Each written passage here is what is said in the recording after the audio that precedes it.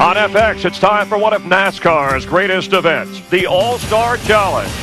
Superstars showing speed and skill at an accelerated level. And as one driver put it, everyone takes a few more risks than normal. This race always lives up to its reputation here at this All-Star joint.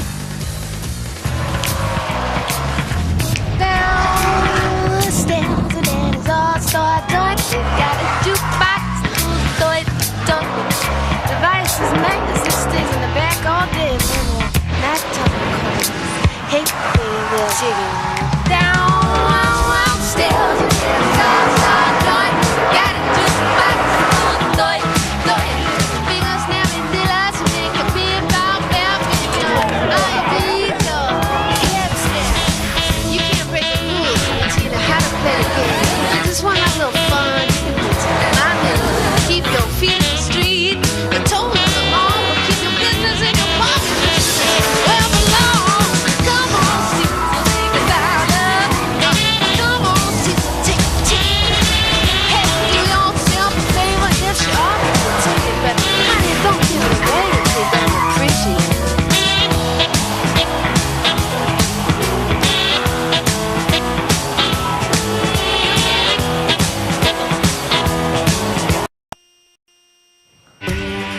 And welcome to NASCAR's version of Star Wars. Here on FX, the Galaxy of Stars align for the NEXTEL All-Star Challenge pre-race show from Concord, North Carolina, just outside Charlotte. The field made up for the best of the best. Tony Stewart, Dale Earnhardt Jr., Whiz Kid Casey Kane. And speaking for all the drivers, Rusty Wallace told his team, he said, hey, bring me a car that's expendable. Speaking of expendable, Jeff Hammond and I, the All-Star edition from the Hollywood Hotel, ready to rock and roll here on FX. It's where America gathers every weekend for racing. Nice to have you with us. Jeff, you doing all right? You ready to go? Expendable? Well, yeah, sort of. Come on, we now, can easily be replaced. All right, come on. We have the best drivers in the world. We have $1 million at stake. Pamela Anderson, the Grand Marshal. This is a big night. Well, all I can say about that right there, the force better be with you, because the nice forcing your way around may be the key to winning this thing. All right, a lot of money on the line. So which drivers does that favor when they don't have to worry about points? They just go to win. The guys who are the hungriest. I mean, obviously, anytime you put money up for grabs, you got to look at guys like Tony Stewart, Jeff Gordon. I mean, even his teammate, Jimmy Johnson. These guys excel at places like this and at this type of format. Let's go through the format. It's a very unique format because there's really a chance for somebody to kind of work their way in. It's called the transfer race, the NEXTEL Open. 28 drivers. Mike Bliss on the pole, a 20-lap run, then a 10-lap run. Somebody gets the break. An additional driver voted in by the fans. The All-Star Challenge itself, 3 segments, total of 90 laps. Ryan Newman on the pole for that. After the first segment, there's an inversion based on a random draw, which we will show you. It'll be an exciting ping-pong ball, kind of a lottery thing, which you'll want to catch on to. And if you do want to vote a driver in, go to NASCAR.com and place your vote. And it should be, with the 2 guys trying to work their way into with the big boys, an exciting night. Oh, it's going to be definitely an exciting night. When you talk about this type of format and the quality of guys that are trying to get in. One of the drivers favored to win tonight, Jeff Gordon. He's won the All-Star Challenge 3 times. He's also won 3 races already this season. Someone get in the back!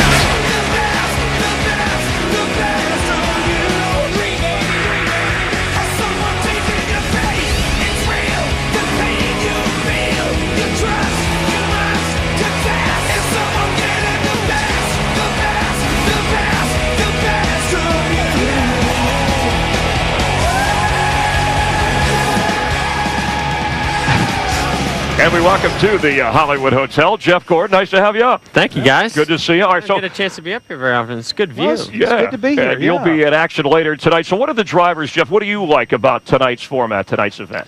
I mean, I like the excitement of it. You know, I think the drivers are on edge, pushing the cars to limits that we don't get a chance to do very often, usually because, you know, we want to take that chance to win races every once in a while, but you also know that points are on the line, and there's just a lot of money on the line. Plus, I love how it's for the fans. I mean, the fans really get a great show tonight with the format. You know, the format is built to just create great racing, great excitement for everybody. Well, what I got to know is, you won this race 3 times. Is it for the trophy? Or is it for the money? Come on now, be honest with me. The money's part of the trophy, isn't it? Yes, that is part of the deal. I mean, you know, I don't think it doesn't matter who you are. When you get out there in a competitive environment like this, it's about winning that race. It's about seeing that checkered flag, and the accolades and the money, what they write about you the next day. That's just an added bonus of what happens after you get out of victory lane. And your DuPont Chevrolet have had a lot of success, but I'm sure you're aware each time you've won the All-Star event, 3 times you've gone on to win a points championship. I know 4 total overall, but so it's a pretty good signal. Is that kind of on your mind? Something you think about? We've heard them talk about the Brickyard 400. If you win that, you can go on to a championship or the All-Star event. But I don't know if that really means anything. I just think that this is an event, and it's changed over the years. The format's changed. The grinding of this racetrack is going to change this race quite a bit tonight. I'm really curious to see, and especially in this first race, how important track position is going to be and tires are going to be. Could be smoother, could make things faster. We'll continue with Jeff Gordon. We have a lot to cover with him. Pamela Anderson, rhythm and blues singer Anthony Hamilton, who's from Charlotte, and great racing coming your way. But here's what's around the turn. On FX, as we get you down ready for the race, Casey Kane visits us after making his first visit to Victory Lane last week. We'll talk with Casey Kane. And Junior, he may have been voted one of the NASCAR's sexiest drivers, but how did he handle himself when we went 10 laps? That cheesy smile. He'll respond to that. More with Jeff Gordon here in the Hollywood Hotel. He'll tell us while he'll be singing next week. Yes, he's your host for this evening. It's all around the turn, plus gas and go here on FX.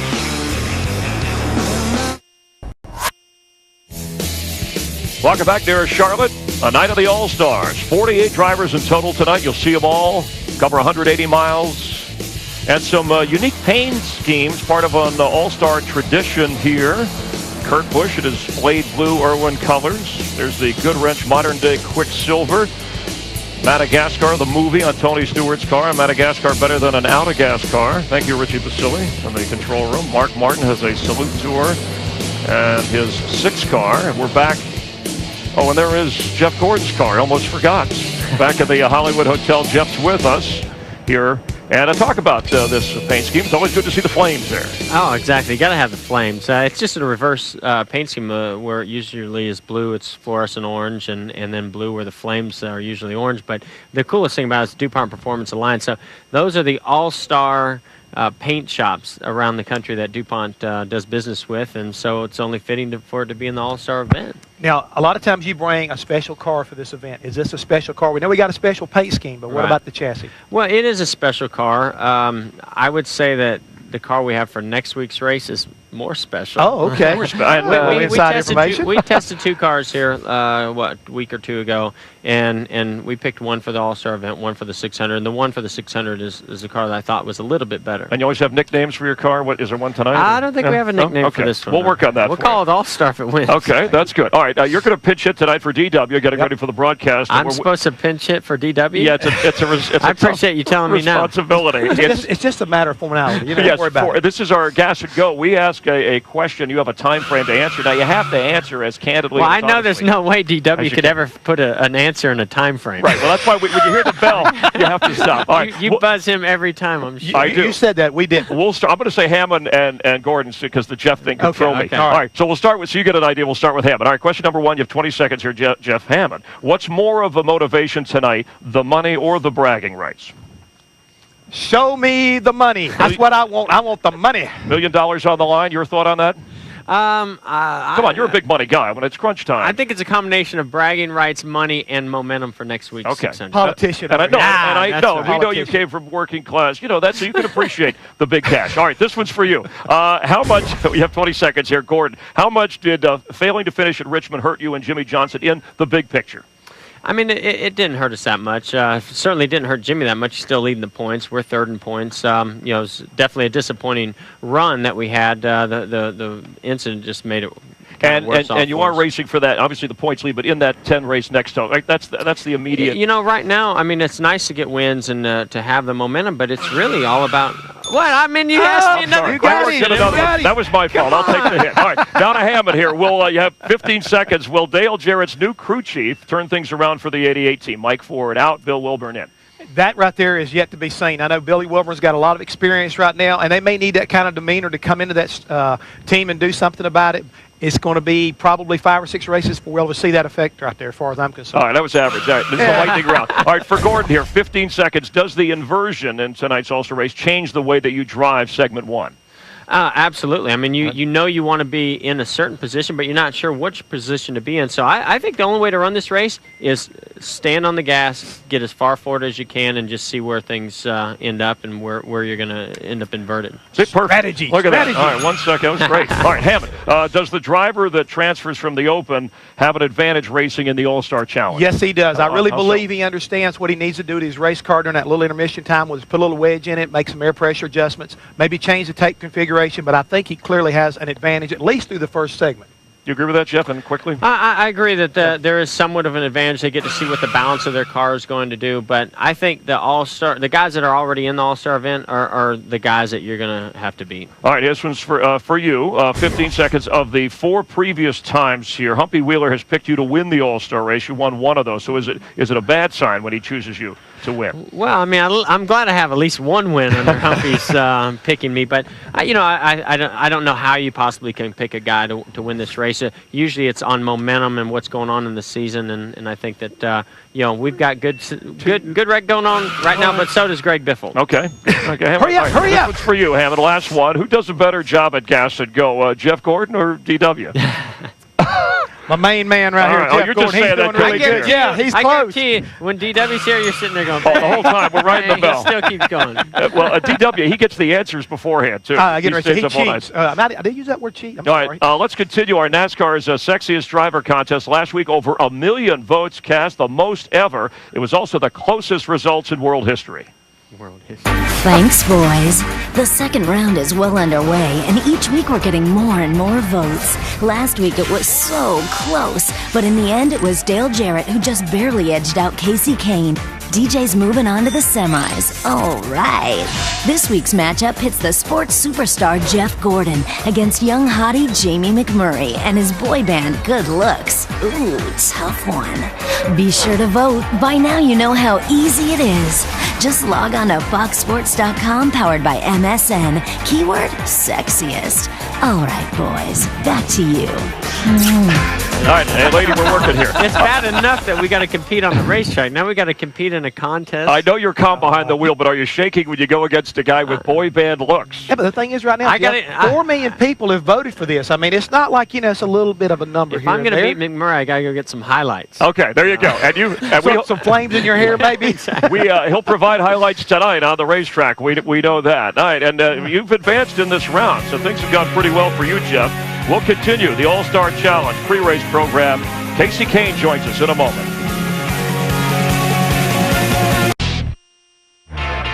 FX, glad to have you for All-Star Night here from Lowe's Motor Speedway.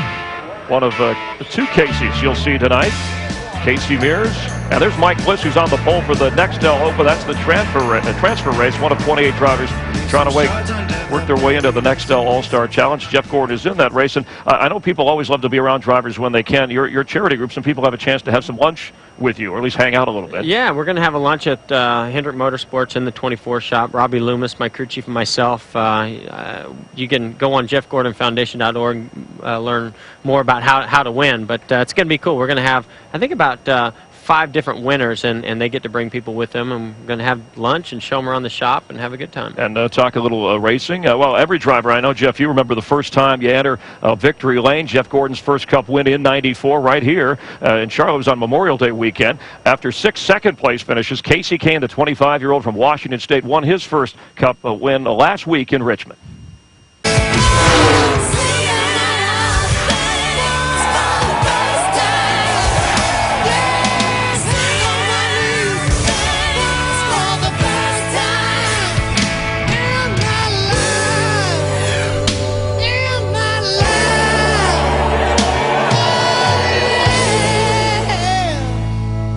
Casey Kane joining us live from down on the track. Casey, thanks for being with us here. Just how does it feel, the difference after finally getting that Cup win? A little more confidence, different feel coming into tonight's race? Yeah, I mean, we're just, it was a great week for us. It was exciting to finally win that first race. And as hard as everybody's worked over the last year and a half at Evernham Motorsports, it was just cool to win. And, we're excited for tonight. This is what it's all about, just having fun and driving as hard as you can every lap. Well, Casey, on Saturday night, your pit crew really kind of kept you out front right when it counted. And again, this past week, they were able to go down and win this all-star competition. So these guys are just like you. It seems like they just keep getting the job done and winning for you. Yeah, they've done an awesome job over the last few weeks. They work really hard every week, and they won the NEXTEL Challenge the other night, the Pit Crew Challenge, so that was pretty cool. I went down there, and myself, Tommy Baldwin, Ray, everybody was there cheering them on, and they did a really good job to win that. It was an exciting event. Casey Kane, Jeff Gordon here, man. Just wanted to ask you, what was the one moment? I was at home, by the way, when you were in Victory Lane last week, but I got a chance to watch it, and it was really awesome to see, how excited you were. But what was the one moment because that only happens one time, that first win you can never get back, but what was that one moment that you remember the most? What was the most exciting part about that win? Throughout the race there's a lot of exciting parts, but I think the best part was pulling into Victory Lane, seeing everybody's face, Ray's and Tommy's and the entire team, just how excited they were, and they were yelling and jumping around. I mean, that was the coolest part, just to see the joy that they had from, they worked so hard to get our Dodge dealer's car in Victory Lane, and we finally did it. Great job, man. Well, I really want to get your setup is what I really want. Don't do that. That's not fair. Sorry, that's a violation. All right, Casey, thanks for joining us. Good luck tonight, all right? All right, thank you. Appreciate Casey Kane being with us, and we're soon going to go 90 laps in the All-Star Challenge. But first, Dale Earnhardt Jr. sat down with me to go 20 laps. You're going to see 10 laps next Sunday before the 600. But here's the first 10 with Junior. The biggest difference in your personality on the track and off it? Well, off the track, I'm quiet and shy, and on the track, I'm loud and outspoken and, pretty move around a lot. All right, your favorite cartoon character? Bugs Bunny, probably. All right. If you had to edge somebody out at the end of a race to win at the finish line, who would you want it to be? Probably Jeff Gordon. Just because he's... Well, he's one of the best. When you beat him, you've done your work. What's the craziest thing you've ever seen or heard a Dale Earnhardt Jr. fan do? Signing arms and legs so they can get it tattooed. Oh, parts of the body. Yeah, like if I sign my arm, we'll tattoo it. So I'm like, and you get... It's kind of weird, but after a while, you get used to it, and then you're kind of like, man, I hope I don't screw up. It's some crazy looking tattoo. How about a most embarrassing moment in racing at any levels, or anything that was... First time I ever had to go to the bathroom in the car because I couldn't hold it, and the guys at the shop found out the next day. A word association, underrated. Denny Hamlin. Groupies. Hot. Pressure. Pressure. Point system. Loyalty. Watch the Redskins. Passion. I always think of those novels. Those novels people read. All right. Some interesting comments from Junior. You were cracking up. I know. I couldn't believe he actually admitted the bathroom one. Well, that's okay. We all go through. Now, how about when he said... You gotta appreciate his honesty. The guy he'd like to beat most at the finish line. That was cool. That was cool. Right. I mean, I feel like he's one of the guys, that I like to beat most at the end of a race. And I think it goes back to me and his dad. I mean, I loved racing his dad, and we knew how fired up the fans got and the teams and yourself. When you're racing wheel to wheel with those guys. Speaking of fans, Tuesday at Wrigley Field, you're going to be singing "Take Me Out to the Ball Game" now, right at the country. This is getting thrown out of proportion. Or you're just going to show up? Come on, you can't show up. I'm going to throw out the first pitch. Okay. Now, what comes along with throwing out the first pitch is you have to do the 7th inning stretch song, "Take Me Out to the Ball Game." I don't even know the words. Right, and I can't sing. You don't even sing in the shower? I'm embarrassed. It's going to be embarrassing. We're going to run it next week to embarrass you. Oh, great. I knew it. Thank you. So we'll take care of you. Thanks for your time. Real quick, Ray Evernham obviously worked with you. Casey Kane, a great success. Comparisons between the two. I got a chance to call both those guys this week and congratulate them. And Ray has put together a great program with the Dodge team there, and he deserved it. I mean, they've been working hard, and I'm surprised that it took as long as they did. Thanks for coming by. Thank you. All right, Jeff. Good luck tonight. Thanks, it's always a pleasure. Appreciate Jeff Gordon being with us. You'll see him on the track later tonight. NEXTEL Open is up first. Some of these guys on the line trying to work their way in. Nice to have you here on FX.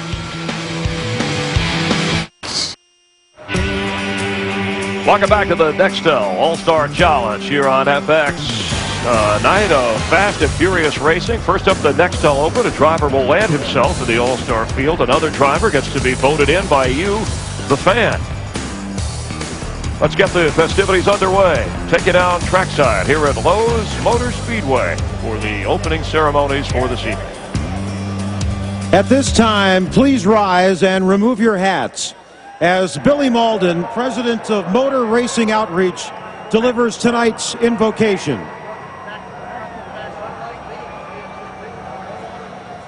Almighty God, we thank you for this day and for the opportunity together at Lowe's Motor Speedway to enjoy tonight's NASCAR event.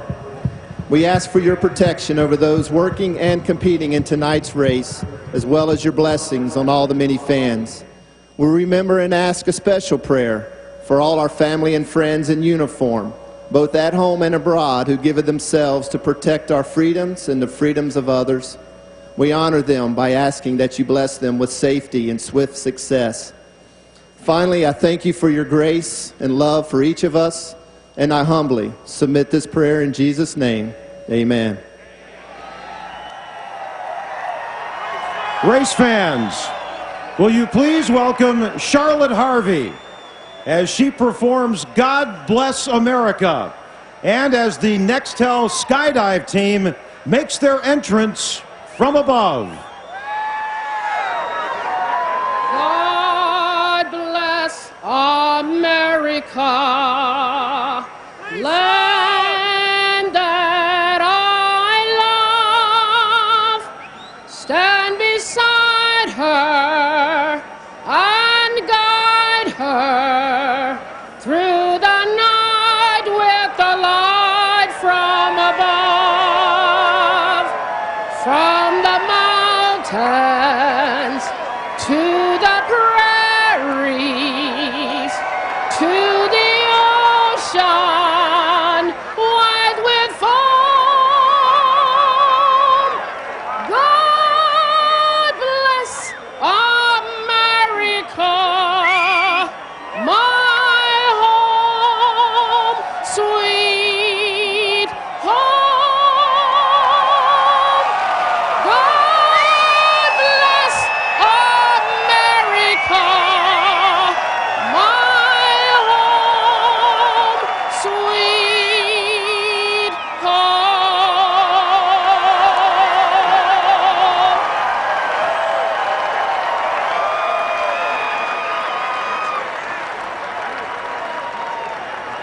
Let's hear it again for Charlotte Harvey, ladies and gentlemen, and the Nextel Skydive team.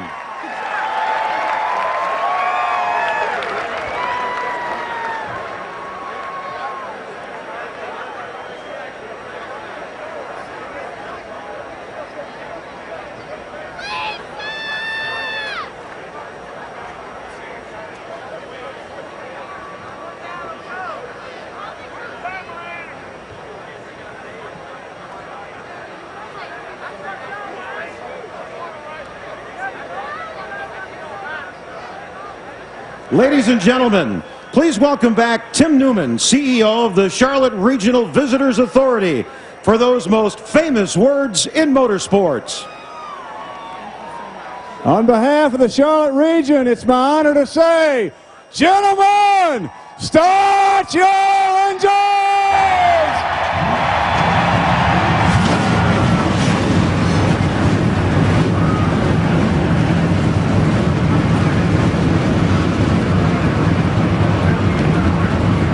Later tonight, Pamela Anderson will give the call for the Nextel All-Star Challenge. This, the Nextel Open. Sterling Marlin has won it the most times. A clear, warm, comfortable evening here at Lowe's Motor Speedway. More than 140,000 expected. 28 drivers in this field. Only 2 will move up to the All-Star Challenge.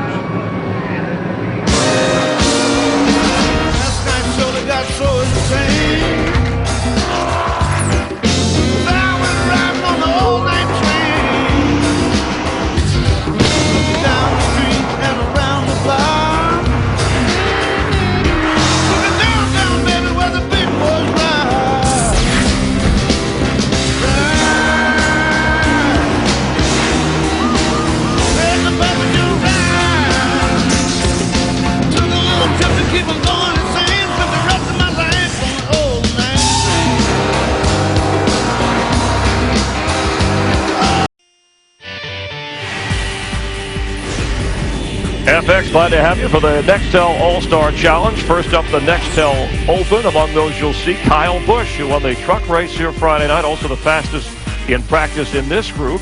As we're glad to have you at Lowe's Motor Speedway, just outside Charlotte, North Carolina, the hometown for nearly all of NASCAR's race teams. And as we head up to the booth of the voices of NASCAR on Fox and FX, good to have the very first winner of the very first All-Star race, Darrell Waltrip, alongside Larry McReynolds, Mike Joy. Gentlemen, good evening. Make that a great All-Star evening.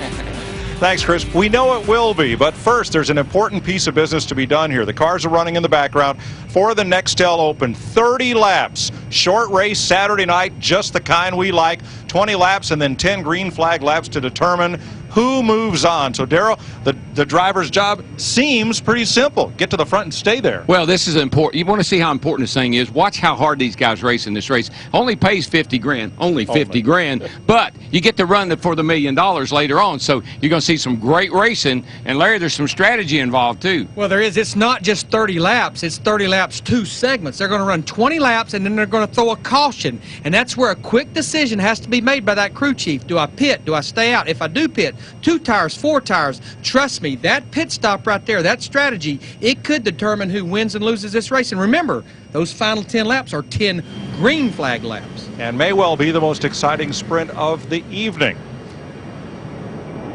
Let's have a look at the Nextel starting grid for this event, which dates to 1986. Benny Parsons, the first winner of what was then called the Atlanta Invitational, and then became the Winston Open, now the Nextel Open. These are drivers not yet qualified for the All-Star Challenge, who finished in the top 50 in championship points last year, or who are in the top 50 in Nextel championship points this year.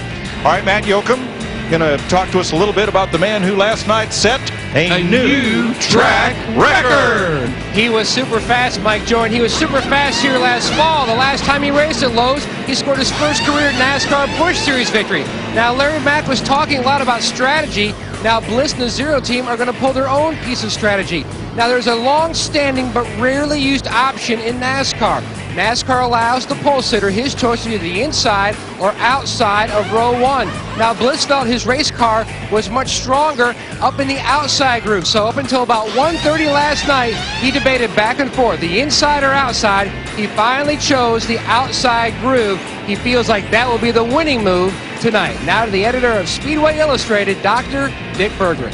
Thanks, Matty. In May of 2003, Kyle Busch made his first Busch Series start anywhere right here at the Lowe's Motor Speedway. And an incredible display of driving talent, he qualified 5th, finished 2nd, came back the next May, won the race. Last night, here at Lowe's Motor Speedway, he ran in the Craftsman Truck Series, won the race. Only thing he hasn't won in here at Lowe's, it's a top NASCAR division, Nextel Cup. And there is a huge, huge history of people winning their very first ever Cup race here at Lowe's. I talked to him moments ago. He has all the confidence in the world. He'll add his name to that list of first-time winners here. Let's go to Steve Burns. Thank you, Dick. In October of 2002, a relative unknown by the name of Jamie McMurray made his 2nd career Nextel Cup start here at Lowe's Motor Speedway. By the end of 500 miles, everybody knew his name. He led 96 laps and won the race. But tonight he has just 30 laps to get from 17th to the front and transfer to the All-Star race. Mike Joy. Thanks, Steve. The rules for tonight's races are per the NASCAR Nextel Cup rulebook, with some very important differences.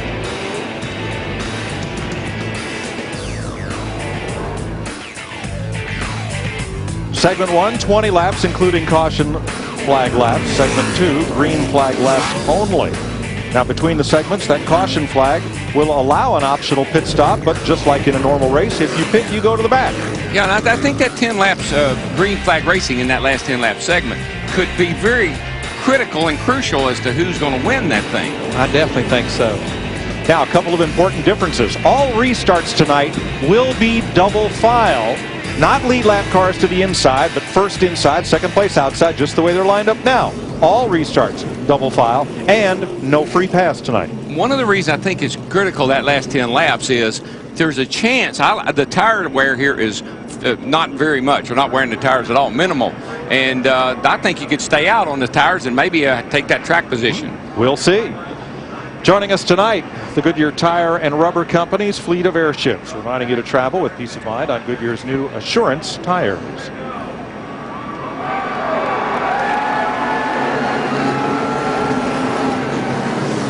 And you know, Mike, DW, something we may see if we get a caution somewhere about midpoint of that first 20-lap segment. A lot of teams may elect to come in then and get 4 fresh tires and definitely stay out during that caution between lap 20 and 21. Yeah, this is not as simple as it looks. It's not 20 and 10. There's a lot that's got to be considered here. Plus, you got 28 cars to start this race. 2 will advance. The winner and your vote of the driver who gets the most fan votes, if whoever finishes on the lead lap with the most fan votes will also advance. So you come in and get tires. If all 28 cars are still running, the worst you can start is 14th in your lane. Oh no! Oh no! It's full moon Saturday night. Oh no! That is not good news. And that old theory of race the racetrack, it does not work. Nope. Neither one of these races tonight. The racetrack and the full moon, that's because the track is trying to levitate, right? No, that full moon is job security for body men, painters, fabricators, sheet metal hangers, and the other fellows who work on these race cars, many of which won't look as pretty as they do right now when 30 laps are done. I just thought that when the full moon, doesn't that pull on the earth and cause it to get swollen up and oblong and stuff? And the ocean rises and tides come in and animals look for places to hide. And I'm about to. Let's go racing. That's a good idea. Let's go racing, boys. No, save that for later. Later. All right. The NEXTEL Open. 20 laps, a caution flag, and then 10 green laps to decide to tonight's NEXTEL All-Star Challenge. Mike Bliss, as is his choice, elects to start on the outside of the front row, and here he goes. You know, with a start like that, he can start wherever he wanted to, because he got a pretty good jump. He really did, as well as Travis Quaffle in the 77 car. I think the 5 was a little tardy on the start there, and I think he might have spun the tires a tad. Here comes Quaffle. Boy, he is all over the back of Bliss, going down into turn 3, but boy, Bliss packs her down in there. Boy, Kyle Busch in that 5 car, he drove down into there and almost did not get back in front of Casey Mears, that 41 car. In the wall. Scott Riggs. Hard in the wall. Second time this weekend that he's put one of those Valvoline Chevys in the fence. Caution is out. That's heavy damage, boys. And that's the same car that he did wreck qualifying. They repaired that car. Makes you wonder. Something happened.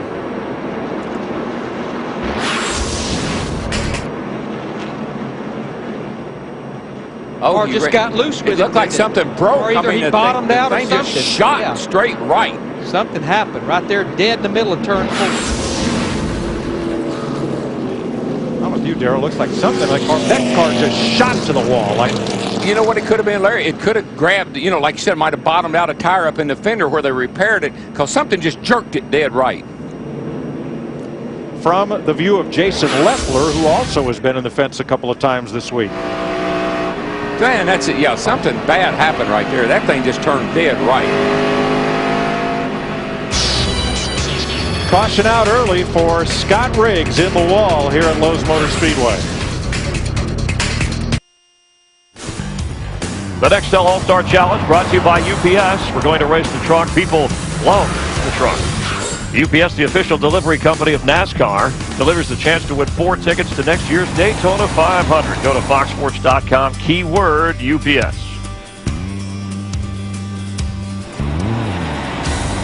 For the second year in a row, Scott Riggs involved in an opening lap crash in the NEXTEL Open. Now, Mike Bliss does not have the lane option on restarts, only the initial start of the race. So now he faces off against Travis Quaffle as we go back to green. Quaffle looks strong up on the outside there on the start, so I think he might have a little something for Bliss. And he does. He clears him. Matt's in Scott Riggs' pit. They've taken the car back to the garage. He simply said on the radio the car was loose. Bent chassis components up in that right front corner. Dick? Did not have a good restart with that, or start I should say, with that car number 5, and not long after that he came on the radio and expressed his displeasure with the transmission. The restart was pretty good, but he said first gear, second gear, neither one of them are very good for restarts. thing about it, though, with the new transmission rule, everybody, for the most part, they have the same ratios in the transmission as well as in the rear end gear. Looking at who's coming and who's trying to shove their way to the front. Ricky Rudd comes to mind. Whoa, 3 wide back in there, guys. I was going to say, and so did Jeff Burton right in the middle of that in that bright orange 31, along with his teammate Dave Blaney in the 07. The good thing Jimmy Spencer in the 50 finally decided to give over there. That was not going to work on the exit of turn 4. Oh, no. Can you say urgency? There's an urgency back in there right now.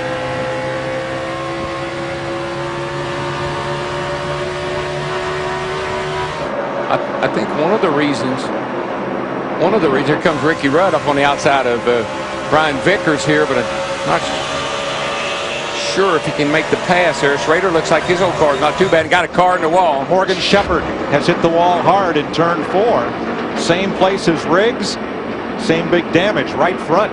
Wow, that's interesting. And I hate that for Morgan. I talked to him yesterday, and he told me, he said, Larry, if we do not come up with any money, this is probably going to be our final event.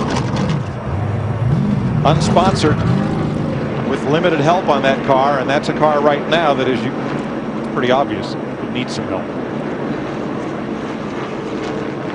Second caution of the night in the winner-take-all Nextel Open.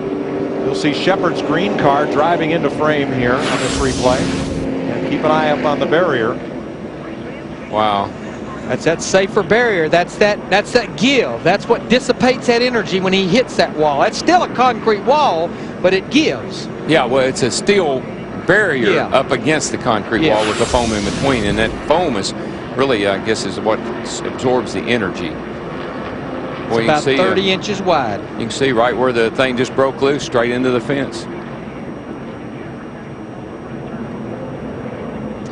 Daryl, I get a feeling that a lot like what we saw last night, this racetrack just is not tightening up as the track cools down like everyone anticipated, the way the surface has been ground now. And the other thing is, Larry, guys are telling me that these tires are pretty hard, and it takes a few laps to get a little heat in them. Maybe that's an issue as well. We may see some cars at the rear of the field possibly pit here because their cars are not right, but we're coming to lap 9 and we only have ran about 4 laps of green flag racing, so I anticipate that the front 8 or 10, 12 will probably not pit. This segment is 20 laps. Caution laps do count, and then they'll run 10 green flag laps to determine the winner of the Nextel Open. Here comes the 5 of Kyle Busch. And I would say he's coming anticipating that this will be his last stop of this entire race. So we Bobby Hamilton Jr., Jeff Burton in the 31, Sterling Marlin in the 40, Kyle Petty in the 45, Jason Leffler in the 11. Steve. And Jeff Burton, to the attention of his pit crew, Mike, Burton saying that his car is very loose. They'll make a wedge adjustment. They're doing it right now on the 31. Dick. Kyle Busch on pit road. Car way tight. The driver called the pit stop, said he just couldn't drive it, didn't think he could win with the car that way. They fired 4 tires on it, made an air pressure adjustment. 4 tires for all the cars that choose to make pit stops on this lap number 10.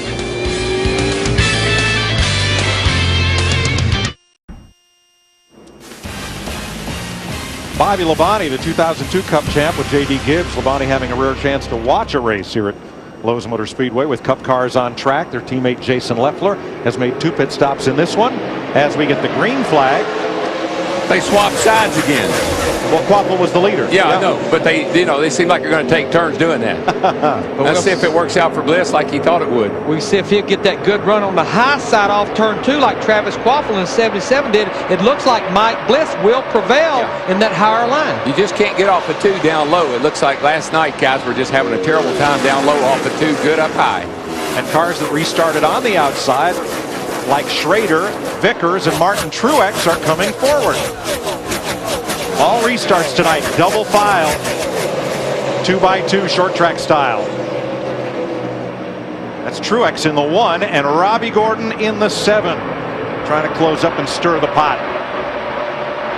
41 Casey Mears in the midst of that. All clear behind me if you get you. All clear behind you.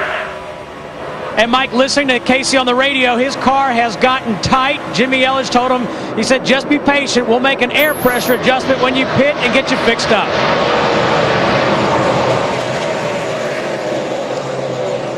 14 laps of 20 in this first segment complete. This is win or go home, and Quaffle wants the lead back in the 77. Looks like Travis may be a little better through the middle of the corner and off than Mike Bliss in the 0 car.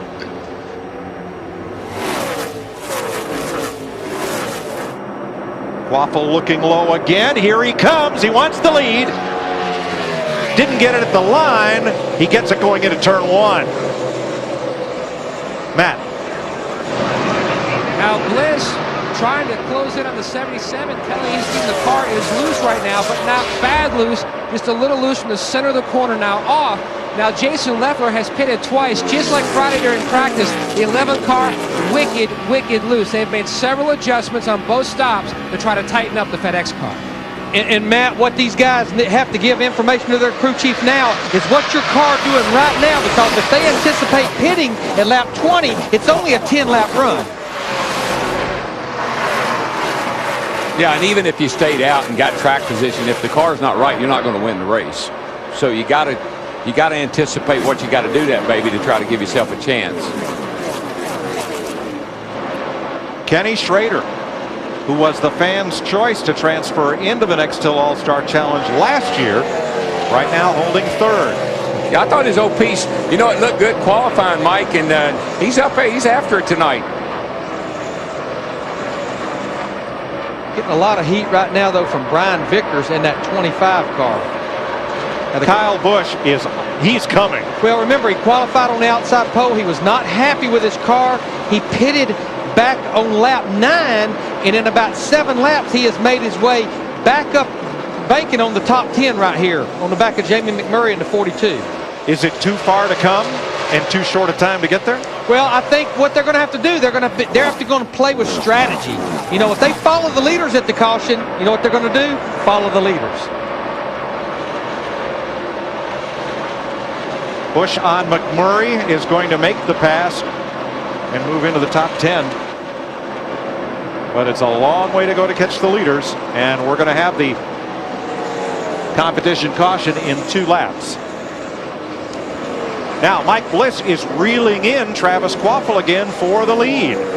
He's cut that margin in half in about a lap and a half. But we're seeing the same thing I saw when Travis Quaffle was behind Mike Bliss. It looks like Mike Bliss beats Travis Quaffle into the corner, like right there, but Travis is able to beat him off the corner from the center off. I think what's happening, Larry, is everybody's experimenting. Still looking for that preferred line. Where is it? Used to be down low. You got to get that out of your mind. Maybe you got to move up a little high on one end, a little low on the other. You know the good thing about Travis Quaffle? This is his first start here in the Nextel Cup car. He's ran some truck races here, but he didn't have to get a lot of that out of his system. Well, and Bliss is, doesn't have a whole lot of experience here either, but the track is so different. I think it's throwing a lot of these guys, crew chiefs included, throwing them some pretty serious curves.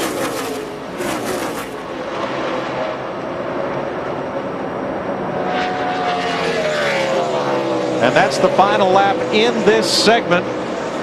They will throw the caution as the field makes it around and comes past the start-finish line and is scored there.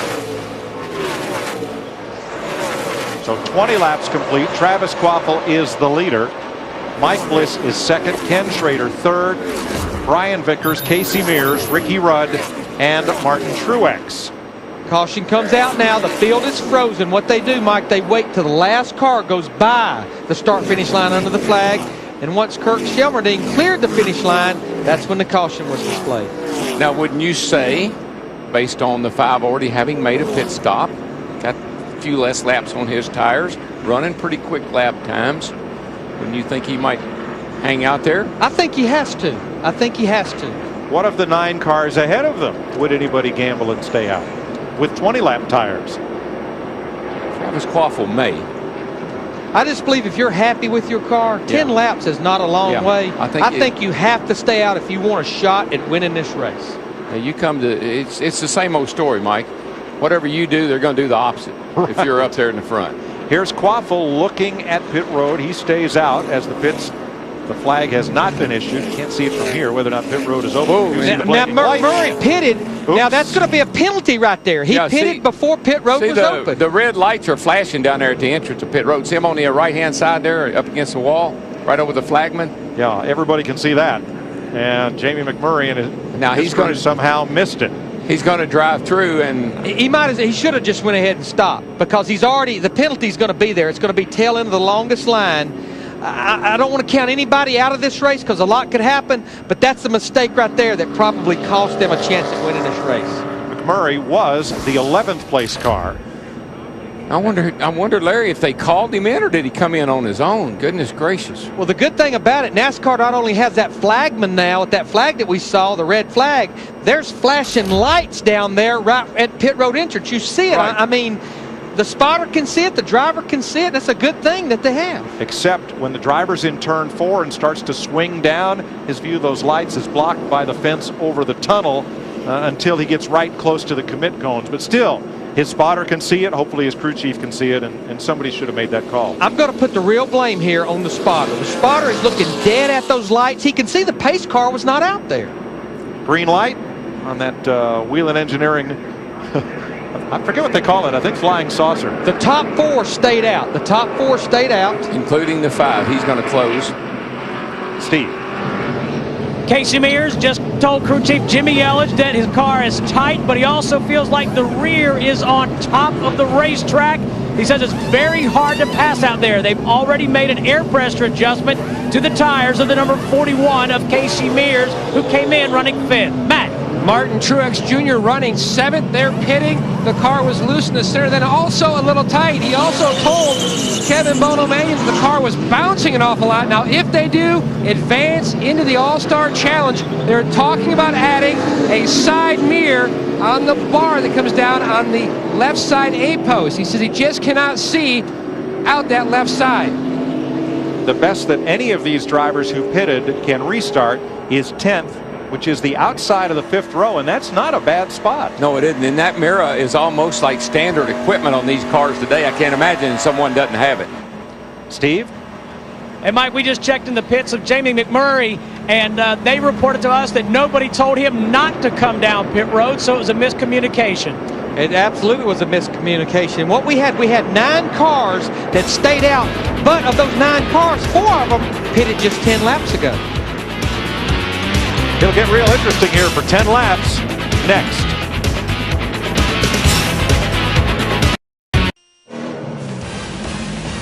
Underdog gets a wedge adjustment.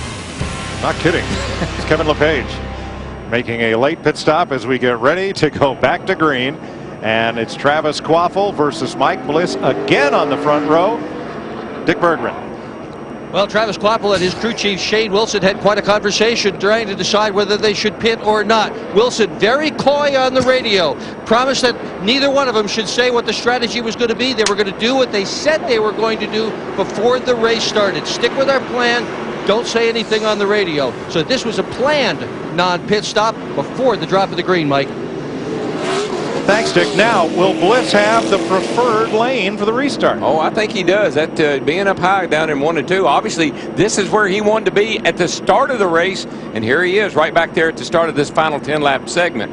So I think he's right where he needs to be, and it looked like he was equal to Travis at the end of that 20 laps. And he has Brian Vickers in that 25 car right behind him, was pretty fast those last few laps as well. 10 green flag laps. Win or go home. Good restart. Nice, even, clean restart. Got a packer in there, man. He's on it. Oh, here comes Bliss. It's a good run on the high side. You just can't get off of turn 2 over there wide open. Seems like you got to pedal a little bit. 3 wide behind him. It was go time for Kyle Busch on the bottom and Ricky Rudd up high. That bottom Bobby Hamilton up high in a tight car. And he's one of those cars that changed tires back on lap 10. The bottom is good down here in 3 and 4. Up high is good in 1 and 2. Can't get off of 2 real well on the bottom, but you really run good down on the bottom in 3 and 4.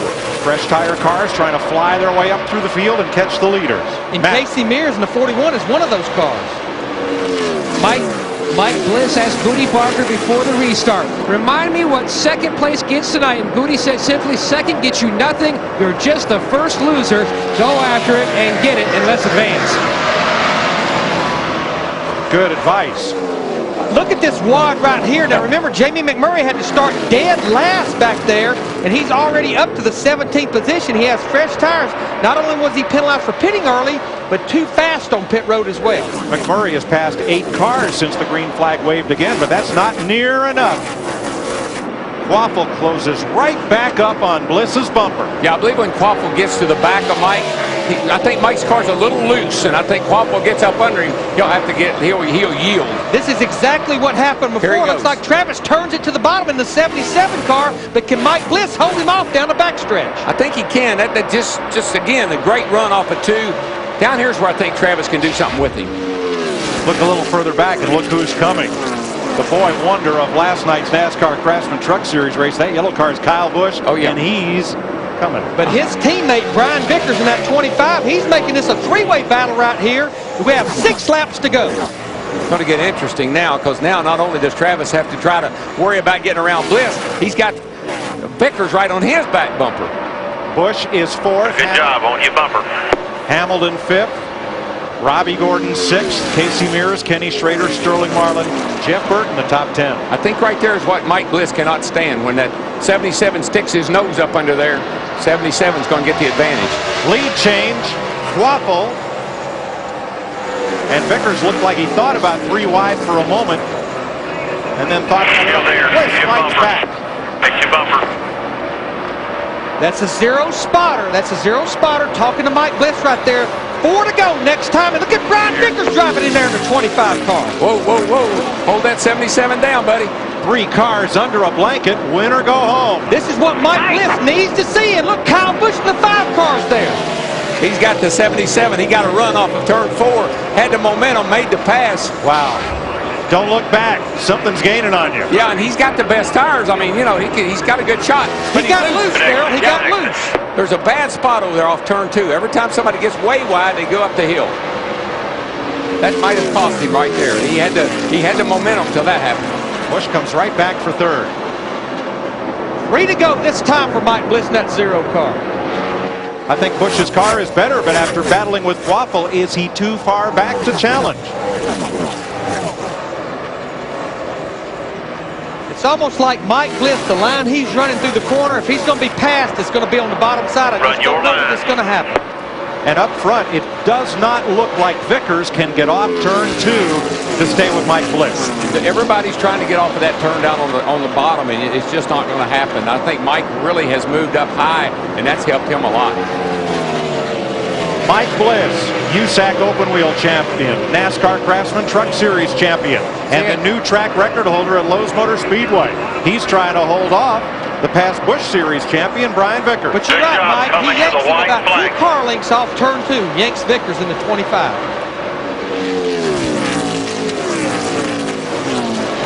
Casey Mears has climbed back up to 6th, battling Robbie Gordon side by side. But it's too far back.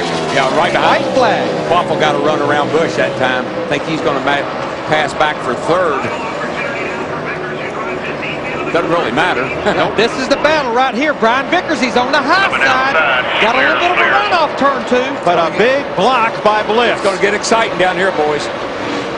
Go or go home time right now. Vickers turns it to the bottom, but he can't get by. He just can't get enough nose under him without getting into him. Oh, he did get him. sideways. He spins him in. Vickers wins. He did. Vickers has beat him across the line just by a car length. Mike Bliss did a whale of a job. Did we make it? Did we make it? No, Mike, you didn't make it. It's not the first time. Did we win? That's Mike Bliss you're hearing. It is not the first time there's been a last lap spin on All-Star Night.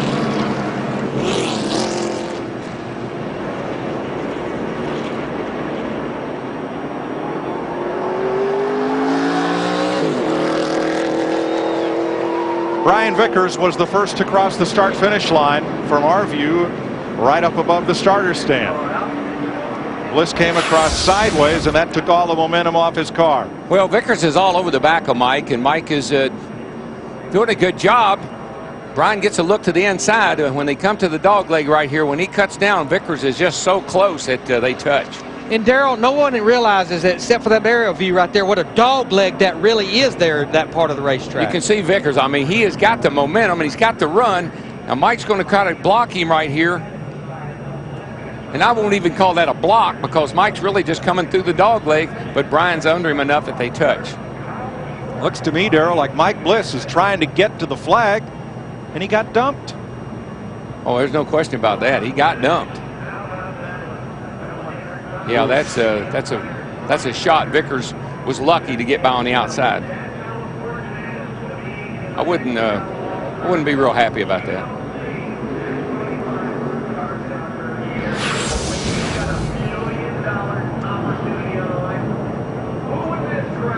But I got to tell you, Mike, that's what tonight's all about. That's what you're going to see, and it could be for $1 million. Right now, that was for $50,000. The drivers are pretty much put in the position that you just saw Brian Vickers in.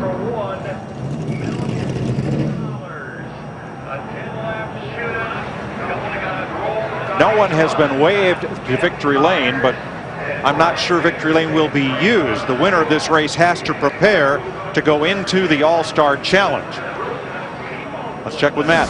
And Brian Vickers has climbed from his car, still talking to crew chief Lance McGrew. Now, as we work our way around, the Dytek guys looking at the left front fender of the car. A lot of cosmetic damage. Brian, a wild one to the finish. Tell us how it happened from your perspective. Yeah, I mean, I hate it for Mike. I hate it. I'm sorry for those guys, but we came down to the wire, and there was grass there, and he came down, and I was there. I mean, I don't know what else to do. I was underneath him, and when he started to spin, I went right to miss him. But I'm real proud of this GMC Chevy guys. These guys did an awesome job. They gave me a good car. We just played it right. I'm glad we didn't have to pit, but if we did, I knew we had a good pit crew. Well, back in 1997, Ricky Craven advanced driving the 25 car. Vickers does it tonight. Dick? Now, Mike Bliss got out of his race car, his lips pursed, obviously terribly unhappy. We've got the monitor. You want to take a look at what happened out there? Walk us through it, Mike. He spun me out. The only thing I wish I'd have done is turn right and wrecked his ass, but clear that up. I don't know if I can say that, but yeah, we had a great car. Net Zero Best by Chevrolet was great. Sat on the pole. It got tight there at the end, and if that's the way he wants to do it, I don't. You know, we got 600 miles here, and I think that I don't like racing that way. That's not. I was hoping I'd beat him to the line at least sideways. That's what I was hoping, but I guess when you're going for nothing to lose, I guess that's what it takes, and I wouldn't have wrecked somebody for that, but that's the way he does it, I guess. He's in the big show, and I'm not. Well, it's still a fan vote. Who knows? Maybe you can make it. We'll see you next week at any rate. You did a great job. Chris? Nick and Mike, they asked Vickers before the race his favorite All-Star memory. He said the year Kyle Petty turned Dale Earnhardt in turn 4, then spun Davey Allison out. He said that was a great All-Star moment for him, and he kind of created his own here. Jeff, the people watching at home, we heard the version from both drivers. What do you think? What did we talk about at the beginning of the show? The force be with you. What did he do? He forced his way to the front and into victory lane right now and into the All-Star race. That's okay to race that way, even at an All-Star event? Chris, that's what they come to see, my friend. They come to see people get upset. They come to see people, get after it. As we take a look right now, Buddy Barker's going over toward the GMAC car. Brian Vickers, I'm sure there's not a lot of happy people around there. Hey, let's race it. NASCAR should not intervene here. I don't think so. I really don't think so. I've seen this before, but it is a full moon night. So, hey, wait to the next race. So for Brian Vickers, it starts to a beautiful evening. For Mike Bliss, a frustration as you get a look. You heard him say he spun me. It's the way it looks from here. Nice to have you watching here. It's All-Star Night on FX.